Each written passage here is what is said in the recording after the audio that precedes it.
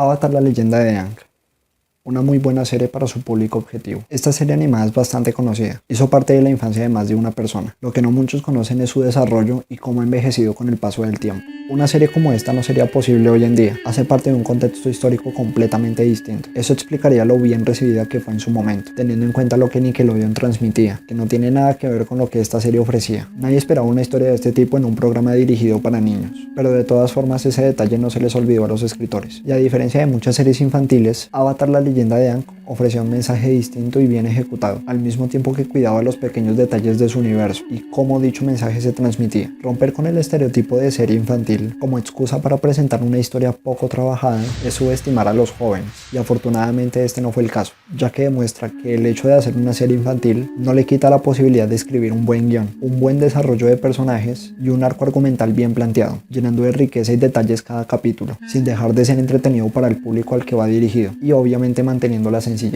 ¿De qué va la serie? Una historia con tantos recursos, tan empapado de detalle y matices, tendría que venir entonces de un guión bastante complejo, con un montón de información, pero no puede ser más distinto. Desde el inicio de cada capítulo y sin esfuerzo, nos cuentan el sistema de poderes, cómo se distribuyen las regiones y los conflictos bélicos que enfrenta el planeta a mano de los enemigos. En otras palabras, ya se tiene una idea general de su historia en menos de un minuto. A esto me refiero. La serie no recurre a complejidades para llenar de detalle su trama, porque entienden que es una animación para niños, pero tampoco caen en algo burdo y nada interesante. Son conscientes que por medio de una serie infantil pueden escribir una buena historia, obviamente sin caer en la pretenciosidad. Hacer una sinopsis en cada capítulo y hacerse una idea así de fácil habla de la gran habilidad que tienen sus escritores para discernir contextos y entablarlos en el momento correcto.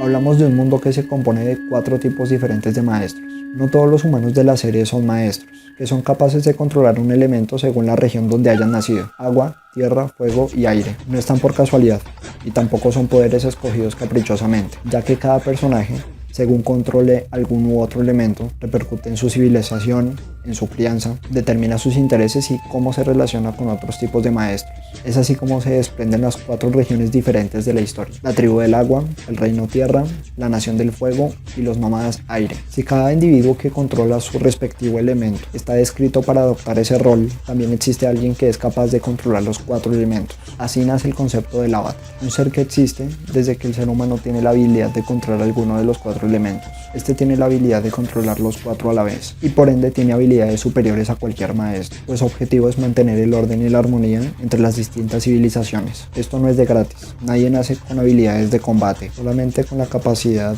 y la posibilidad de controlar algún elemento, pero cada maestro debe entrenar para mejorar dichas habilidades. Y el avatar desde adolescente tiene el objetivo de aprender conforme pasa el tiempo los 4 elementos, y este proceso está acompañado por una serie de enseñanzas espirituales que dotan al avatar de disciplina y lo centran en su objetivo como mediador. Esto cobra sentido conforme pasan los capítulos. Lo interesante es cuando vemos la astucia de condensar tantos matices en una sinopsis tan básica, pero esta se enriquece analizando cada detalle, porque en esta serie nada está por casualidad, todo tiene una razón de ser y no se olvida, porque repercute directa o indirectamente. Cosas tan básicas como los habitantes de cada región, desde el reino tierra, con la facilidad de la mensajería, ya que el elemento madre de ellos les permite interactuar mucho mejor con ese sistema, o la nación del fuego, cuya arquitectura está llena de fundición y metalurgia, porque se entiende que ellos tienen una facilidad mucho más grande de fundir el metal, y por ello sus edificaciones están mayormente hechas de metal, hasta las tribus aguas, con hogares de hielo, y algo más sedentarios por estar rodeados de océano, o simplemente los nómadas aire, que no están tan desarrollados tecnológicamente, porque precisamente controlan el aire, no se ven en esa necesidad, y son mucho más simples en cuanto a interacción y comunicación. Esto se debe al estar ubicados en montes, que a su vez también explica su fuerte nexo espiritual, ya que los nómadas aire mayormente son monjes. Esta distribución y geografía también hace alusión a la vida real, con distintas referencias a regímenes comunistas o simplemente los monjes budistas, entre otros. La serie toma su punto de partida con un maestro aire, el último maestro aire, el cual escapa por miedo a la presión y desaparece casi 100 años, tiempo suficiente para que la nación dominante vaya acabando poco a poco con cada región. Primero con todos los maestros aire, exceptuando el avatar, y gran parte de la tribu agua, reflejando también las consecuencias de la guerra, y no solamente una parte épica de las batallas, porque esta serie toma este concepto de una forma muy madura, y sin ocultar mayores detalles al público al que va dirigido. Cuando el avatar aparece ya está bastante avanzada esta guerra, y el objetivo se vuelve muy claro: destruir a la Nación del Fuego. De esta forma se van presentando los personajes, los cuales tienen su propio arco argumental y realmente ninguno queda relegado. Lo único sería mayor o menor participación, pero cada personaje tiene su razón de ser en la historia y aporta bajo sus propias virtudes. Está lejos de ser una serie que prioriza netamente al protagonista. Sus personajes principales y también sus personajes secundarios tienen algo que ofrecer más allá de ser hilos conductores.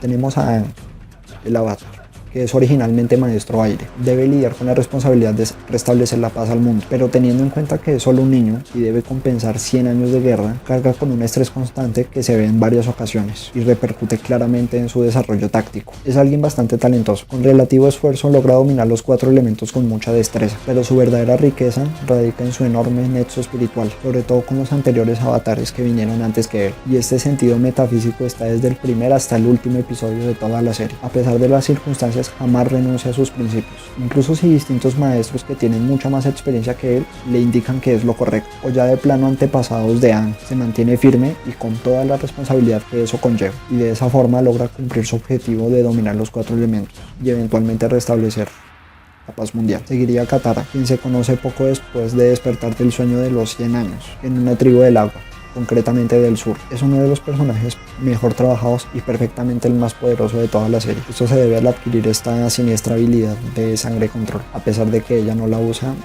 esto es bastante letal y perfectamente puede ser el personaje más poderoso. Inicia teniendo bastante dificultad para dominar las distintas técnicas Aqua, pero conforme va avanzando demuestra estar muy por encima de cualquier otro maestro Aqua. Nunca la vemos como un personaje débil por ser la figura femenina, y no necesariamente para complacer con la inclusión, solamente está escrita de tal forma que esto se dé orgánicamente, no es una inclusión forzada, y esto se evidencia con Katara y con varios personajes más, los cuales sin darnos cuenta son los personajes femeninos los más poderosos, solo que no caen en huecos argumentales, y que sean las más poderosas se da gracias a sus distintos desarrollos y habilidades, y no de forma arbitraria, asignando niveles mayores o menores de poder. Katara es bastante interesante, ya que es víctima de la guerra al perder casi toda su familia a manos de la Nación del Fuego, y esto lo hace bastante humana, porque no mantiene la cordura siempre, pero esta y otras enseñanzas las irá adquiriendo con el paso del tiempo, de tal forma que hasta los mismos villanos se den cuenta que inclusive los de la Nación del Fuego también son víctimas de algo muchísimo más grande que ellos mismos, y no cometen el error de convertirse en lo que juraron destruir. Su hermano Sokka, que también hace parte de la tribu del sur, a diferencia de los personajes principales y algunos personajes secundarios, no posee poderes, realmente no controla ningún elemento. El arco argumental de Sokka se desarrolla a medida que va adquiriendo su propio sentido y desarrollando habilidades que ni siquiera él mismo conocía. Si bien es el encargado de darle humor a la serie, en el tercer libro toma un papel muy importante, dejando al lado su complejo de no ser un maestro para volverse alguien muy inteligente y estratega. En realidad sería el personaje con el que más podríamos identificarnos. Luego está Zuko, cuyo arco de redención es el mejor de muchísimas series. Su crecimiento es muy gradual porque se antepone lo que quiere sobre lo que necesita, es decir, cree que necesita recuperar el honor de su padre, ya que el honor es el valor más grande en la Nación del Fuego, y para ello debe complacer a su padre, pero la serie va avanzando para demostrarnos lo que realmente necesita, que es salirse de las ataduras del Señor del Fuego, y que tal honor no le da valor como persona, prefiriendo después de 3 temporadas hacer lo correcto. Este tipo de personajes son muy difíciles de escribir. Un antihéroe no debe caer en el absurdo de ser un puente y simplemente ser un nexo para el protagonista. En este caso Zuko tiene valor en sí mismo. Como todos los personajes, como dije antes, nadie es relegado por el protagonista, y su arco argumental ofrece desniveles necesarios para que madure y se reivindique, e irónicamente abandonando ese deseo de honor, haga lo correcto para volverse el maestro más honorario de la Nación del Fuego. En el segundo libro vemos a Toph, es una maestra tierra prodigio, cuya característica principal sería que no puede ver. Esto en realidad lo vuelve excelente maestro, pues aprende a escuchar a la tierra como lo hacían los primeros maestros tierra, o sea, los topos. Como dije antes, la inclusión no es forzada, tiene su razón de ser y repercute de forma directa o indirecta. En este caso, la serie toma la discapacidad como una cualidad clave. Existe una serie de personajes secundarios que ameritan un análisis por separado cada uno. Iroh, quien es el tío de Zuko, es un habitante de la Nación del Fuego. El chiste de este personaje en realidad es que es un sabio, y lo único que debe terminar de conciliar sería su relación con su sobrino, porque en general su arco ya está terminado. Es un personaje cero pretencioso, ofrece esa parte espiritual que es muy importante en la serie. En general, con esta aura tranquila sirve como guía para Zuko, aunque Zuko también es un norte para que Iroh tome su propio sendero. De la misma Nación del Fuego cabe recalcar a Azula. Este personaje tiene un montón de detalles, pero para simplificar, nació con la envidia niña y con el constante deseo de la aprobación de sus padres, y creció también frustrada por el amor que nunca le demostró su madre. Creció entonces con ira, siendo muy talentosa pero bastante peligrosa, muy manipuladora a pesar de ser una mujer, pues su padre Ozai era bastante machista y a pesar de eso le cedió el puesto del Señor del Fuego. Desconfió de todos sus seres queridos. En general, todas estas cualidades fueron un dolor de cabeza para Zuko en toda la serie, no solamente de Zuko sino de otras naciones, pues ella sola fue capaz de hacerse del poder del Reino Tierra en general, la confianza del Señor del Fuego, incluso eso también la hizo víctima de todo esa sed de poder. Y precisamente no podemos dejar de lado a Azula sin hablar a Ozai, o sea, el Señor del Fuego. Vendría a ser el antagonista principal de toda esta obra. Ozai fue antiguo amigo del Avatar, el cual se dejó cegar por el poder, y con su muerte y desaparición de 100 años, dieron una epopeya llena de dominio intelectual, territorial y hasta cultural. Recordemos que la educación de la Nación del Fuego era bastante restrictiva y tergiversaba la realidad. De ahí en adelante podemos seguir mencionando personajes, ya que podemos verlos en unos cuantos episodios, pero son suficientes para aportar a la trama sin que nos demos cuenta. Por ejemplo, los maestros que son miembros de la Orden del Loto Blanco. De ahí podemos ver por ejemplo a Jong Jong, Maestro Fuego, Pacu,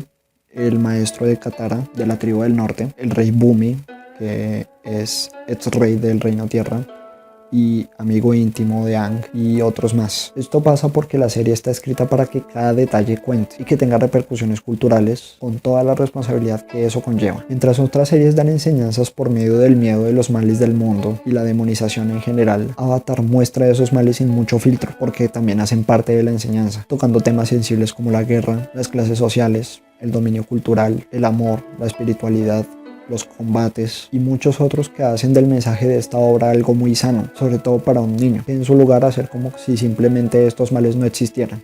En general, una serie obligada para ver. En lo personal, se puede rebuscar más y más de esta serie si se quiere. Me dejé de lado las coreografías de los combates, que también tienen su razón de ser, la influencia en artes marciales antiguas, ya que no son movimientos arbitrarios tampoco. También aparte toda la filosofía oriental, la cual cobra mucho sentido acá en Occidente, de las especies y animales, de los entornos, del trasfondo de cada personaje secundario, pero esta reseña ya quedó bastante larga de por sí.